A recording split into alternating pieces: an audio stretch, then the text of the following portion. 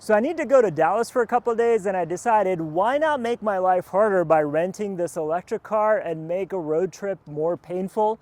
So I got this Tesla Model 3 to drive to Dallas, and I have to stop at a Tesla supercharger along the way because the range on this car right now is only 185 miles, and Dallas from where I live in Austin is about 220 miles. So I definitely need to get a quick charge before I can make it all the way up to Dallas. And so in this video, I'm gonna show you what it's like to do a round trip from Austin to Dallas and back, 450 miles, and what it's like to charge the car along the way. Driving in an electric vehicle in between cities, especially cities that are a couple hundred miles apart or more, you really have to think about the charging situation a lot, because in a normal car that's gas powered, you don't care. Gas stations are once every 10-20 miles. Pretty easy, you don't need to think about it. But with the electric car, with the Tesla, you have to aim directly for those superchargers. If you have a detour of some kind or something that's unexpected, then you could easily get into trouble, because despite having 200-300 miles of battery range, it's kind of unpredictable, because if you have the air conditioning and if you're flooring it a whole bunch, that battery will not last.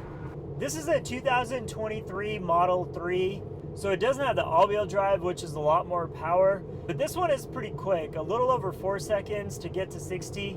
And if I need to pass people or speed up very quickly, this is really quick. Also, I can't get the Autopilot to turn on. It's in the settings and it's asking me to go into park before I do that. But I'll need to pull over here shortly because I do want to type in the Waco supercharger destination, and then the Tesla navigation can direct me right to it. The battery dwindles down pretty quickly, as you would expect, and it totally depends on how you're driving. If you're being aggressive and you're stomping on the throttle a lot, then your battery's gonna die a lot quicker. Like right now, I'm at 146 miles, and I started at 180, and it hasn't been that long that I've been driving, maybe about 30 minutes or so. But as soon as the battery starts to go into the 70 or 80 mile range, I'm gonna start looking for a supercharger, because the last thing you wanna do is be too far away from a charger, especially if you're going into unknown areas and you don't know where these things are located. My plan is to find one in the Waco area, which is a decent sized city between Austin and Dallas. And I also wanna find a charger where there's like a local shop or a coffee shop, restaurant or something, so I can walk around a little bit, stretch my legs, and not have to keep sitting in the car. That can be a problem with superchargers, because if they're located in some parking lot in a back corner, then all you can do is sit in the car. So Waco's about 40 miles from where I'm at, so I thought I'd pull over, type in the Waco supercharger, the closest one to where I am, and then just have Tesla navigate me towards it. So it's pretty easy to do that. In Navigate, I'm just gonna type in Waco supercharger, and then I'll pick the one that's 43 miles away. Good reviews, so I'm just gonna navigate towards it. And the nice thing that it tells me is that I'll have 27% battery charge by the time that I'll get there, so should be good to go right around 3 o'clock. So I pulled into the charging station, and 15 minutes later, we're good to go. I was down to 26%, now I'm back up to 80%.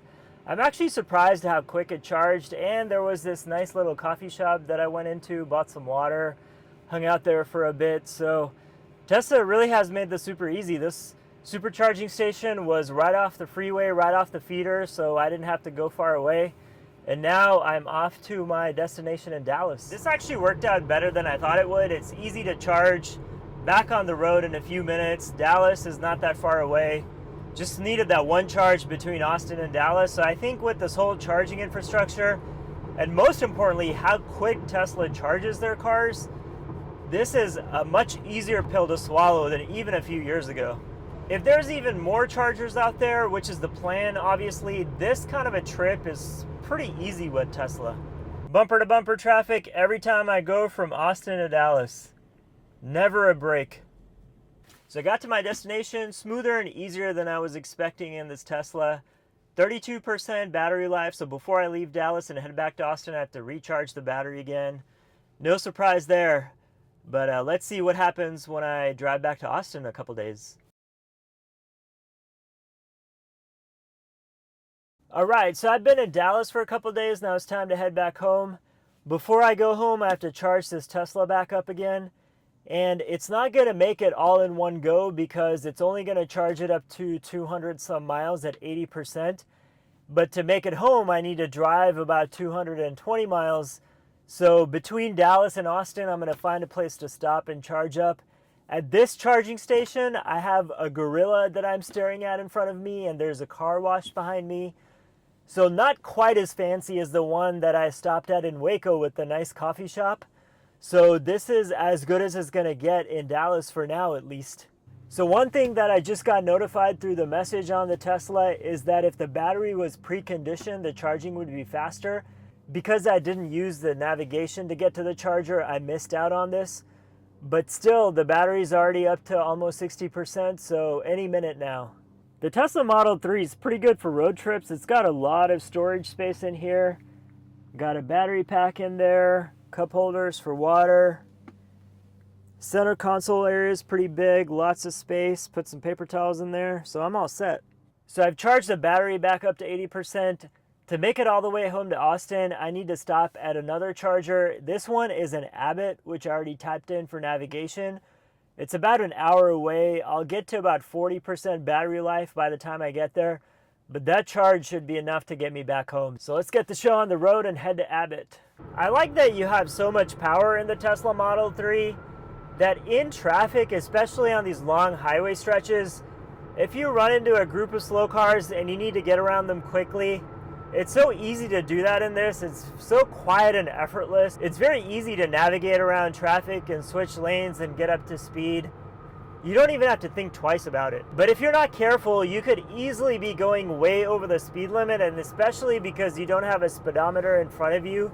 It's on the screen and smallish letters on the side. You do have to keep a close eye on those numbers and the screen in the middle, because if you're not careful, you're easily going to get pulled over time and time again.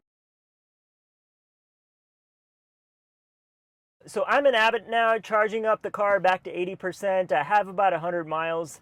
So once I do this, I can go back to Austin with no more stops. A couple things I want to point out is the Tesla app is super convenient. You can see the charge on the app.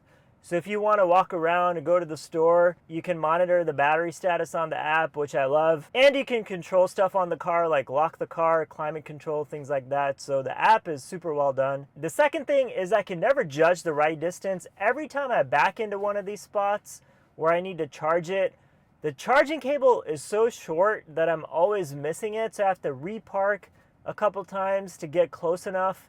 And this is the third time that I've had to repark the car to get the cable to fit. That's just something that's getting on my nerves. I'm sure if I owned the car, that'd be a different story. But because I keep misjudging the distance, I really wish that the cable was just a little bit longer so I wouldn't have to readjust my parking. So now that I've charged the car up, I'm ready to hit the road again. I turned on Autopilot with auto steer beta, so I just want to give this a shot and see how good it works. So it still makes you touch the steering wheel, but the intervals are further apart. It doesn't seem like it's every 30 seconds. It could be closer to a minute.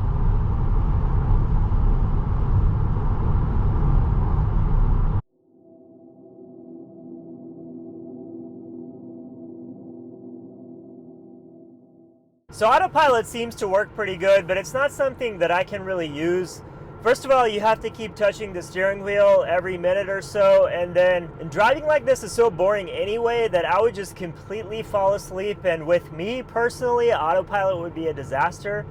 It would only work for me if I could just leave it on and not have to worry about it, but I think we're still some time away from that. For now, I'll just keep driving the Teslas by myself. So I came back home yesterday, 450 miles round trip from Austin to Dallas.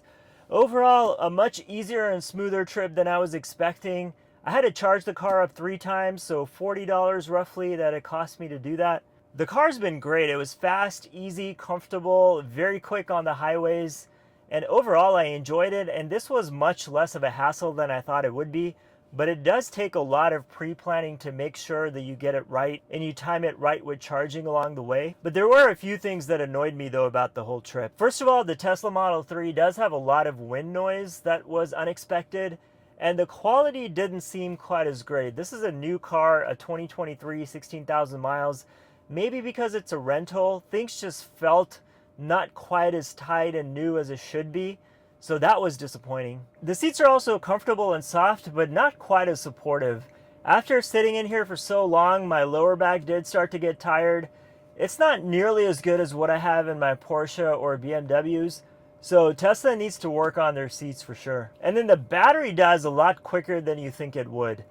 200 miles might seem like a lot, but once you start getting on it on the freeway, especially driving at the high speeds, it dwindles down so quickly that it's kind of surprising actually. So that's why the supercharger thing is so necessary and for you to plan out your trip. But I'm glad I did this trip because electric cars are the future. The superchargers are starting to go up everywhere, so pretty soon this process will be a lot smoother and quicker. And Tesla is literally a step away from being the absolute dominant king of the road. And I can see in a couple of years from now, these cars can be just as easy to take road trips in as a normal gas-powered car.